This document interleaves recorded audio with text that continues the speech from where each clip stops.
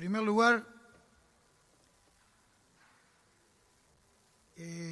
queremos remarcar y reconocer el esfuerzo que hizo el señor senador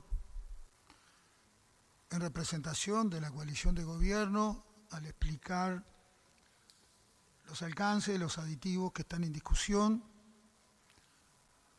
en lo que tiene que ver con la propuesta de financiación para colonización y la construcción del fideicomiso para financiar la construcción y la mejora en los asentamientos. Coincidimos que los esfuerzos se tienen que dar en lo que tiene que ver con la financiación para seguir en el proceso de realojar familias que viven en condiciones inhumanas. Y reconocemos, y lo digo sinceramente, muy sinceramente, el esfuerzo que hizo el señor senador en cuanto a explicar con detalle la complejidad de los vericuetos que tienen los aditivos para entender la direccionalidad de esos recursos. Yo me imaginaba, escuchaba cuando se estaban explicando si a esa hora de la madrugada un aspirante a colono o un colono o inclusive alguien que vive en un asentamiento se ponía a hacer el seguimiento de lo que ahí se explicaba, estaba bravo, un mareo muy bueno, un mareo complejo, que no entendemos la necesidad de marear tanto la cosa, siendo que está la voluntad política en este recinto de mantener los recursos que se han asignado por ley y que no ha sido sencillo, para nada sencillo. Esto tiene una historia muy larga, como bien lo dijo el senador Sánchez, larguísima, un proceso complejo de muchos intereses enfrentados. Lo digo bien. Y en realidad, si le damos los recursos, que puede ser la propuesta del aditivo 1, pero tiene la puntería del aditivo, dar los recursos los que hoy se pueden manejar transfiriéndolo directamente a vivienda para que financie ese fideicomiso.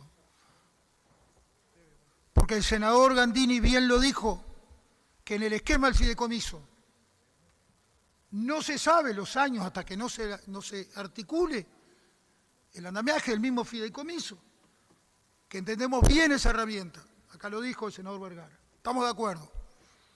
Ahora, ¿van a ser 15 años? ¿Van a ser 10 años? ¿Van a ser 20 años? Y eso no es menor. No es menor. Porque los años que superen después de este gobierno no están las seguridades dadas para la financiación de la colonización. No están. No están. Y ese es el centro de la discusión. Ese es el centro. Y entendemos que hay que dar un debate por lo alto en ese sentido. Muy por lo alto. Porque es importante entender el financiamiento que tiene que tener una cuestión central. Central, que eso es lo que históricamente es el problema que la historia nos ha demandado siempre. Y es la discusión que ha habido. Es en lo que tiene que ver con la autonomía financiera del instituto.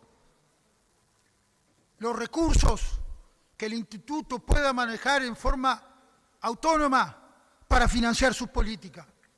Ese ha sido a lo largo de los 80 años, después de la ley 11.029 y antes, lo decía el senador Sánchez, si no están bien determinados los recursos, la financiación, por más que hagamos discursos bonitos, no se financia colonización. Entonces, esta propuesta lo que hace es nuevamente retroceder a avances que han habido en estos años que no han sido fáciles, que no han sido magia. Acá no hay magia. Ha sido un proceso complejo. Y hay que ver la historia, hay que verla, porque nos marca ese camino. Como acá bien se dijo, las experiencias colonizadoras vienen desde 1850. Comenzó con una sociedad de población de la época privada, con fondos privados. Sociedad de Población y Fomento, 1853. Ahí comenzaron para traer emigrantes, buscar tierra. Después se entró a discutir en un proceso largo que bien se dijo acá, pero no hay que ignorarlo. Discutiendo estas cosas, no podemos ignorar esos procesos. No se pueden ignorar. Entonces después, en lo que viene a ser la colonización, donde el Estado juega un rol, podemos dividir en tres grandes etapas. 1905-1923, con una duración de 18 años. El total de hectáreas colonizadas fue de 21.428 hectáreas, con un promedio anual de 1.190 hectáreas. Del 23 al 47, donde está el proceso que el senador Sánchez relató, que hubo en el país muy fermental, donde participaron muchos actores de la academia, de la política, de todos lados. Allí, en ese periodo de 24 años, se colonizaron 199.435 hectáreas a un promedio anual de 7.977 hectáreas. Y de 1948 a 2007 se colonizaron un total de 362.810 hectáreas a un promedio de 6.255 hectáreas por año. Del 48 al 2007, ¿por qué? Porque el 48 se aprobó la ley 11.029 y en el 2007, en ese proceso fue cuando la ley 11.029 tuvo modificaciones importantes en varios de sus artículos centrales de la ley de creación de colonización que determinaba la forma de determinar los recursos. Y esa ley, que no fue magia, que fue diálogo político y que tuvo una aprobación unánime en el Senado de la República y una aprobación de 65 en 67 diputados en la Cámara de Diputados, fue un debate con muchos acuerdos políticos y fue a partir de una ley que presentó el senador Camí, que hoy está acá sentado, y el señor senador Larrañaga, lamentablemente, que hoy no está en este debate y que tuvo durante mucho tiempo un énfasis muy grande en estos temas. Fue la ley que se denominó repoblamiento de la campaña.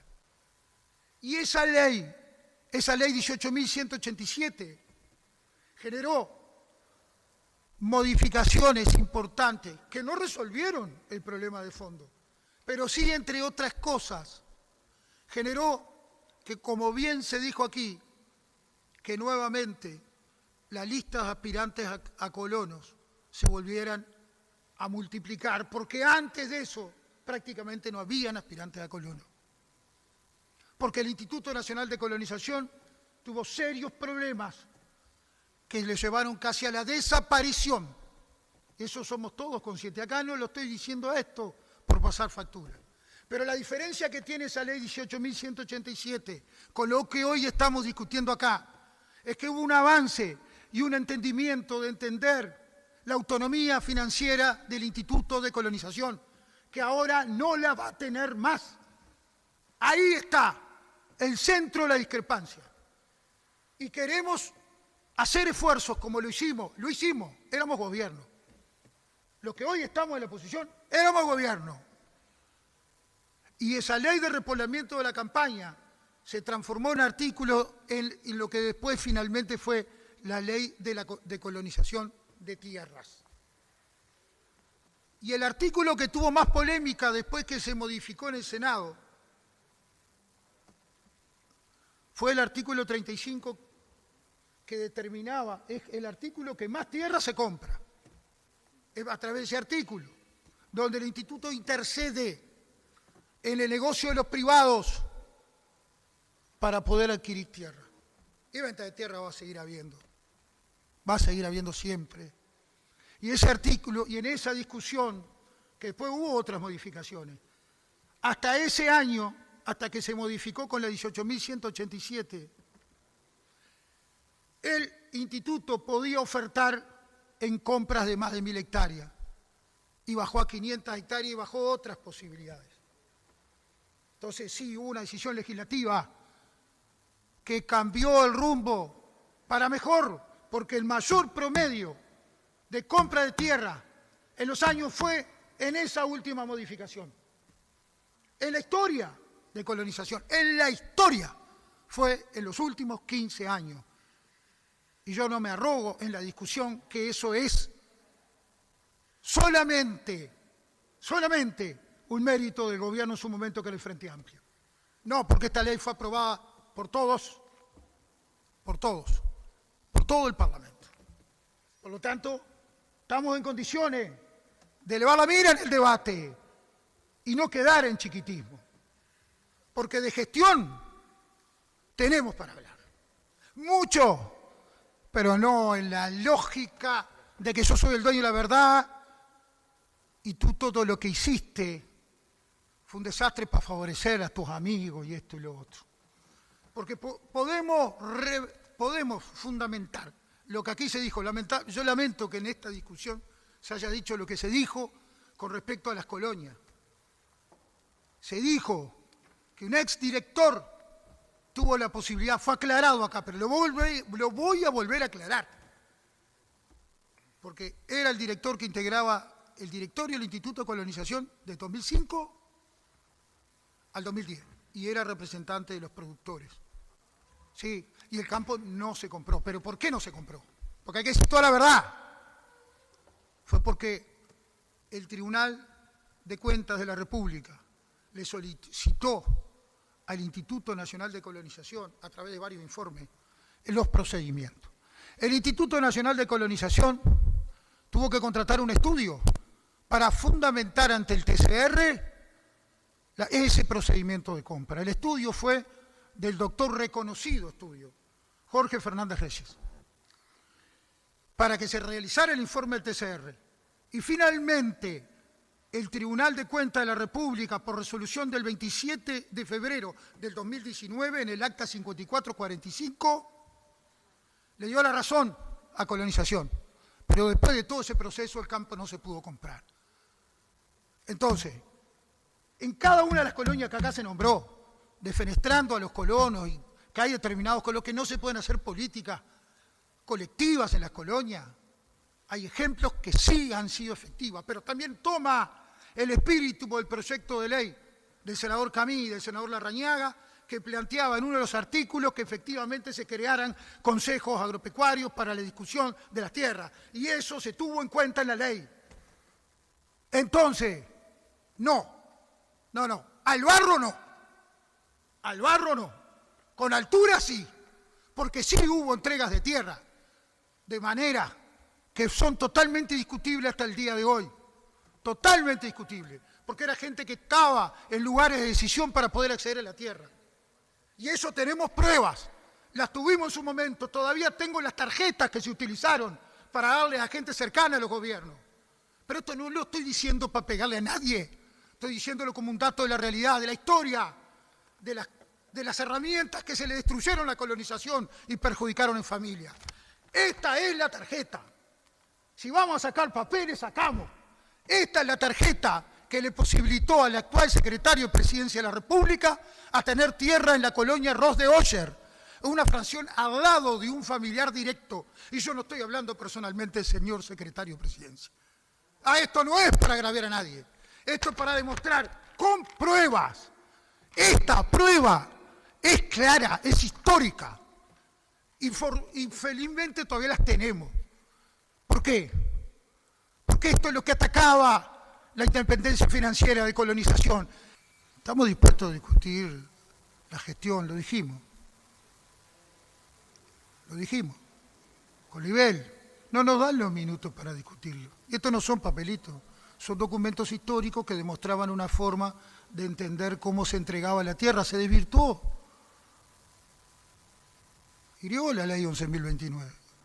Y sí, esta tarjeta que tanto duele demuestra como alguien que tenía una responsabilidad política siendo secretario de un señor ministro de Estado pudo tener tierra que otros ciudadanos no tuvo la misma suerte. Ese es lo que dice este papelito, es esto.